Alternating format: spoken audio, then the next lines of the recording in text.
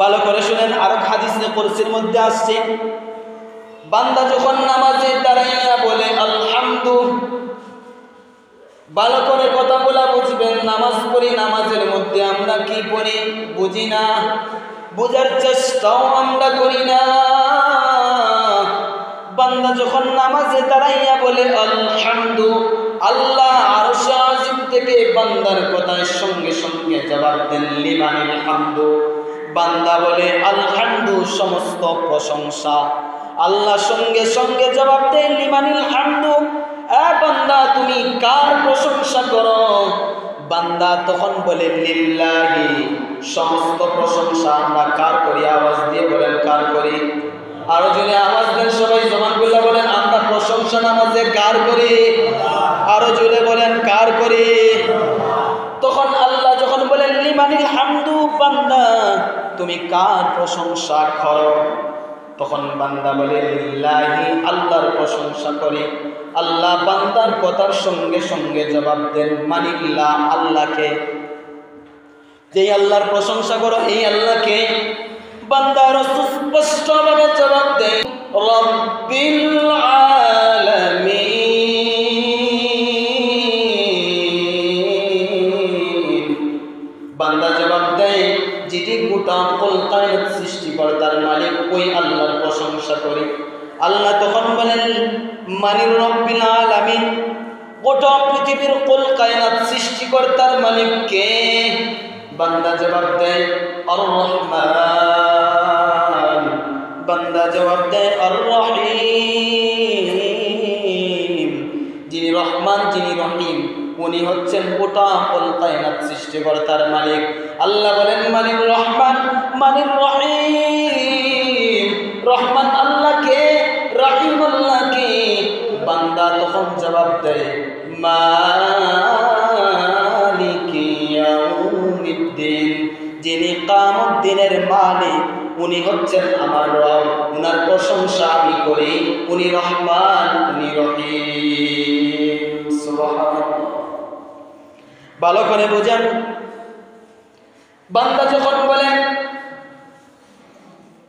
মালিকি ইয়াউমিদ্দিন, রহমান তো তিনি, রহিম তো তিনি, গোটা কুল কায়নাত সৃষ্টিকর্তার মালিক তো তিনি, যিনি কিয়ামত দিনের মালিক। তখন আল্লাহ রাব্বুল আলামিন জবাব দেন আনা মালিকি ইয়াউমিদ্দিন, কিয়ামত দিনের মালিক আমি আল্লাহ তোমার সামনে উপস্থিত। সুবহানাল্লাহ। এখন আসুন বোঝানোর জন্য বলি, বান্দা যখন নামাজে দাঁড়ায় বলছে আলহামদুলিল্লাহ, সমস্ত প্রশংসা, তখন আল্লাহ কেন বললেন যে লিমানিল হামদু, সমস্ত প্রশংসা কার? বান্দা তখন বলে লিল্লাহি, আল্লাহর। আল্লাহ বলেন মানিল্লাহ, আল্লাহকে। তখন বান্দা বলে রব্বিল আলামিন। আল্লাহ বলেন মানির রব্বিল আলামিন, সৃষ্টিকর্তাকে, রাহিমকে, রহমানকে। এত পরে আল্লাহ কেন জবাব দিলেন? এর ব্যাখ্যা লিখেছেন, বুঝার স্বার্থে বলি, কোনো এক সন্তান যদি তার মাকে গিয়ে, তার মা তার কামড়া লাগাইয়া ঘুমাইয়া পড়ছে, সন্তান যদি তার মাকে গিয়ে ডাকে আম্মু, বলুন তো পৃথিবীর কোনো মা আছে তার সন্তানের ডাক শোনা মাত্র বলতে পারবেন না এটা আমার সন্তান? পৃথিবীতে এমন কোনো মা নাই, সন্তানের ডাক যখন সন্তান মা বলে ডাক দিবে, সঙ্গে সঙ্গে মা বুঝতে পারবে এটা আমার সন্তান ডাক দিছে। তারপরেও মা বলতেছে তুমি কে? তখন সে তার নাম বলতেছে আমার নাম আব্দুল করিম। বলুন তো মার কাছে সন্তান তার নাম বলার পরবর্তীতেও মা কি তার সন্তানকে চিনে নেয়? জোরে বলেন চিনে নাই? এর পরবর্তীতে মা বলতেছে আব্দুর রহিম। আব্দুর রহিম কে? বলতেছে আমার বাবার নাম আব্দুল করিম।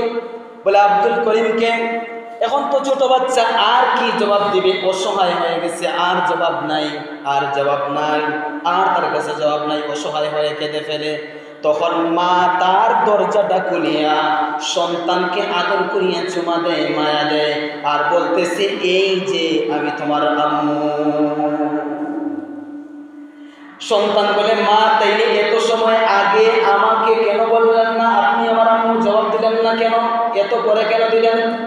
বলে একটা বাহানা ধরেছি তোমাকে আমার কোলে তোলার জন্য, তোমাকে আমি আদর মায়া দেওয়ার জন্য এটা বাহানা ধরেছি।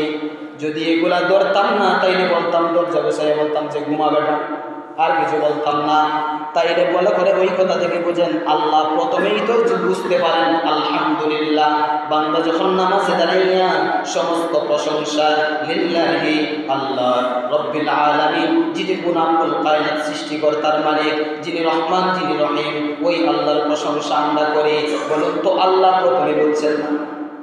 আল্লাহ বুঝার পরবর্তীতেও কেন জিজ্ঞেস করেন? মুফাসসিরিনে কেরাম লেখেন যে আল্লাহ বান্দার সাথে কথোপকথন করতেছেন, বান্দার সাথে কথা বলতেছেন। এক পর্যায়ে বান্দা যখন আর তার পরিচয় দিতে পারে না, আর বলতে পারে না, তখন আল্লাহ বলেন আনা মালিক ইয়াউমিদ্দিন, কিয়ামত দিনের মালিক আমি আল্লাহ তোমার সামনে উপস্থিত, বলো তুমি কি বলবা।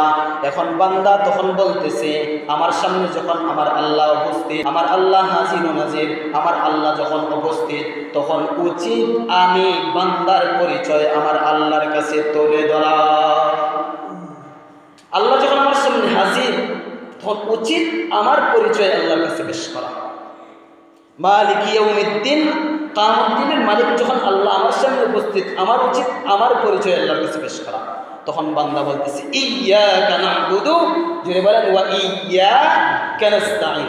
তখন বান্দা বলতেছে আল্লাহ আমার পরিচয়টা আপনি জানেন, আমার পরিচয়টা আমি আপনার সামনে পেশ করি। ইয়্যাকা না'বুদু, আমি আপনার ইবাদত করতেছি, আমি আপনার ইবাদত করতেছি এবং করতে থাকব। ইয়্যাকা না'বুদু ওয়া ইয়্যাকা নাস্তাঈন, বান্দা আল্লাহর কাছে তার পরিচয় পেশ করে, আল্লাহ আমি আপনার ইবাদত করতেছি এবং করতে থাকব। আর যে ইবাদত করে সে হচ্ছে গোলাম, আর গোলামের জন্য মালিক সব কিছু দেওয়া।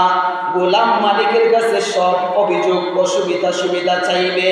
আল্লাহ, বান্দা নামাজে দাঁড়াইয়া বলে আল্লাহ আমি আপনার ইবাদত করতেছি, করতে থাকব। ওয়া ইয়্যাকা